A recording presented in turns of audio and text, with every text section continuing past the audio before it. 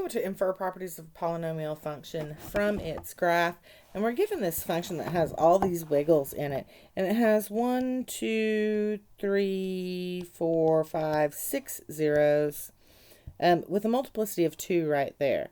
So it's actually a total of 7 linear factors at least. We have 1, 2, 3, 4, 5, 6 turning points. And the rule here is that the degree must be at least one more than the number of turning points. It can be higher than that, but it has to be at least one more. And then we're also given the picture that shows us the end behavior, which is like this. And this means that it has to be odd degree. And it has to have a negative leading coefficient. So it's sort of the leading coefficient test in reverse. Now the first thing I'm asked for is the intervals over which f is increasing. And I increase from here to here. Be sure to give the x interval. We don't care that it's increasing from -2 to 6. We care that it's increasing at x equals -8 to -5. These are always open intervals too. And then we're increasing from here to here. That is -1 to 3.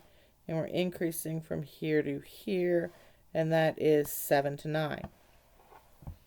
Now we're told the function f has local maxima, or we're asked at which x values. And the maxima are these 3 points right here. The local maxima are. Remember to give the x values.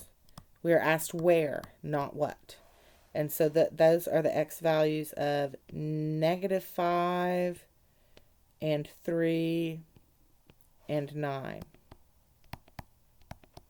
I want you to notice that those are the right-hand endpoints of the value of the intervals where we're increasing. Right? If we increase and then we turn around and decrease, that has to be a local maximum. Right? So the right-hand endpoints. So that's one way to check yourself. And then we're asked the sign of the leading coefficient, and we already determined that that must be negative. And then we're asked the possibility of the degree of f. And this is our new information here, this information about turning points. If I have 6 turning points, I must have a degree of at least 7.